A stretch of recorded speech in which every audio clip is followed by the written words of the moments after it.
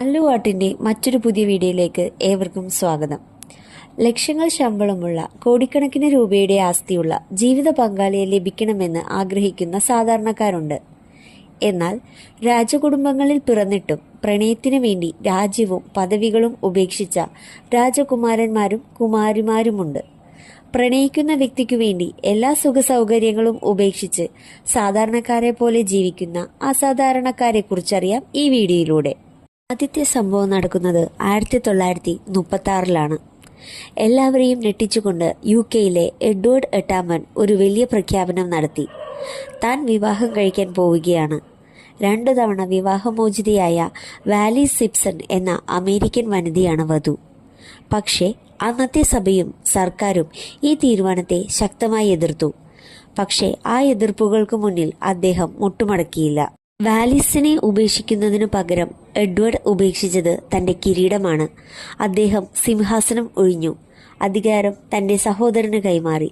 നാടുവിട്ട അദ്ദേഹം ശിഷ്ടകാലം തന്റെ പ്രിയതമയോടൊപ്പം സുഖമായി ജീവിച്ചു. സ്നേഹത്തിനു വേണ്ടി സർവവും ത്യജിച്ച അദ്ദേഹത്തിന്റെ ജീവിതം രാജകീയ വിവാഹങ്ങളുടെ ഒരു തുടക്കം മാത്രമായിരുന്നു. അടുത്ത കഥ നടക്കുന്നത് അങ്ങ് ബ്രിട്ടീഷ് രാജകുടുംബത്തിലാണ്. ഏറ്റവും ജനപ്രിയനും അതേസമയം ഏറ്റവും വിവാദങ്ങളിൽ നിറഞ്ഞ വ്യക്തിയാണ് ഹാരി രാജകുമാരൻ. ചാൾസ് മൂന്നാമൻ രാജാവിൻ്റെയും ഡയാന രാജകുമാരിയുടെയും 2ാമത്തെ മകനായ അദ്ദേഹത്തിൻ്റെ ജീവിതം പലപ്പോഴും മാറ്റങ്ങളിലൂടെയാണ് കടന്നുപോയത്. അദ്ദേഹത്തിൻ്റെ പ്രണയവും ഏറെ വെല്ലുവിളി നിറഞ്ഞതായിരുന്നു. 2016 ജൂലൈയിൽ ഒരു സുഹൃത്ത് വഴിയാണ് ഹാരിയും മേഗൻ മാർക്കിളും പരിചയപ്പെടുന്നത്. ലണ്ടനിൽ വെച്ച് നടന്ന ഒരു ബ്ലൈൻഡ് ഡേറ്റ് ആയിരുന്നു അത്. ആദ്യ കാഴ്ചയിൽ തന്നെ ഇരുവരും തമ്മിൽ ഇഷ്ടത്തിലായി. അന്ന് മേഗൻ സ്യൂട്ട്സ് എന്ന അമേരിക്കൻ TV പരമ്പരയിൽ അഭിനയിച്ചു കൊണ്ടിരിക്കുകയായിരുന്നു. മാധ്യമങ്ങളുടെ കണ്ണിൽപ്പെടാതെ അവർ കുറച്ചുനാൾ പ്രണയം തുടർന്നു. 2016 നവംബറിലാണ് ഹാരി തന്റെ കാമുകിയെ ലോകത്തിന് ഔദ്യോഗികമായി പരിചയപ്പെടുത്തിയത്. 2017 നവംബറിൽ ഇരുവരും വിവാഹനിശ്ചയം പ്രഖ്യാപിച്ചു. 2018 മെയ് 19 വിൻസർ കാസലിലെ സെന്റ് ജോർജ് ചാപ്പലിൽ വെച്ച് പ്രൗഢഗംഭീരമായ ചടങ്ങിൽ അവർ വിവാഹിതരായി. അതോടെ അവർ duke and duchess of Sussex എന്നറിയപ്പെട്ടു. ഹാരിയുടെയും മേഗന്റെയും ബന്ധം പല കാരണങ്ങളാൽ വിപ്ലവകരമായിരുന്നു. മേഗൻ ഒരു അമേരിക്കൻ വംശജയും വിവാഹമോചിതയും മിശ്ര വംശജയുമായിരുന്നു. ബ്രിട്ടീഷ് കുടുംബത്തിന്റെ ചരിത്രത്തിൽ ഇതൊരു വലിയ മാറ്റമായിരുന്നു. മേഗനെതിരെയുള്ള മാധ്യമങ്ങളുടെ വംശീയ അധിക്ഷേപങ്ങളും വേട്ടയാടലുകളും ഹാരിയെ വേദനിപ്പിച്ചു. തന്റെ അമ്മ ഡയാനയ്ക്ക് സംഭവിച്ചത് മേഗനും സംഭവിക്കരുതെന്ന് അദ്ദേഹം ഉറപ്പിച്ചിരുന്നു. 2020 ലോകത്തെ ഞെട്ടിച്ചുകൊണ്ട് രാജകീയ പദവികൾ ഒഴുകുകയാണെന്ന് അവർ പ്രഖ്യാപിച്ചു. കൊട്ടാരത്തിനുള്ളിലെ വിവേചനവും സ്വകാര്യതയിലേക്കുള്ള കടന്നുകയറ്റവുമാണ് ഇതിന് കാരണമായി അവർ പറഞ്ഞത്. ആർച്ചി, ലിലിബറ്റ് എന്നീ മക്കളോടൊപ്പം നിലവിൽ കാലിഫോർണിയയിലാണ് അവർ താമസിക്കുന്നത്. പാരമ്പര്യങ്ങളെക്കാളും നിയമങ്ങളെക്കാളും ഉപരിയായി സ്നേഹത്തിനും മനസമാധാനത്തിനും പ്രാധാന്യം നൽകിയ ദമ്പതികളായാണ് ഇവർ അറിയപ്പെടുന്നത്. അടുത്തതായി പറയാൻ പോകുന്നത് ഒരു സാധാരണക്കാരനെ വിവാഹം കഴിച്ച രാജകുമാരിയെ പറ്റിയാണ്. ജപ്പാനിലെ രാജകീയ നിയമങ്ങൾ വളരെ കർക്കശമാണ്. ഒരു സാധാരണക്കാരനെ വിവാഹം കഴിച്ചാൽ സ്ത്രീകൾക്ക് അവരുടെ രാജകീയ പദവി നഷ്ടമാകും. 2021 മാക്കോ രാജകുമാരി തന്റെ സഹപാഠിയായ കെയ് കൊമറുയെ വിവാഹം കഴിച്ചു. അവർക്ക് പദവി നഷ്ടപ്പെട്ടു. സാധാരണ ജീവിതത്തിലേക്ക് മാറുന്നതിനായി സർക്കാർ നൽകുന്ന $1.3 മില്യൺ അവർ വേണ്ടെന്ന് വെക്കുകയും ചെയ്തു. വിവാഹശേഷം മാക്കോയും കെയും ന്യൂയോർക്കിലെ ഒരു ചെറിയ അപ്പാർട്ട്മെന്റിലേക്ക് താമസം മാറി. അടുത്തതായി വിവാദങ്ങളിൽ പതറാതെ ഫ്രിസോ രാജകുമാരനെ കുറിച്ച് അറിയാം. മാബേൽ വിസി സ്മിത്തുമായി പ്രണയത്തിലാകുമ്പോൾ നെതർലാൻഡ്സിലെ ഫ്രിസോ രാജകുമാരൻ ഡച്ച് സിംഹാസനത്തിന്റെ 2ാമത്തെ അവകാശിയായിരുന്നു.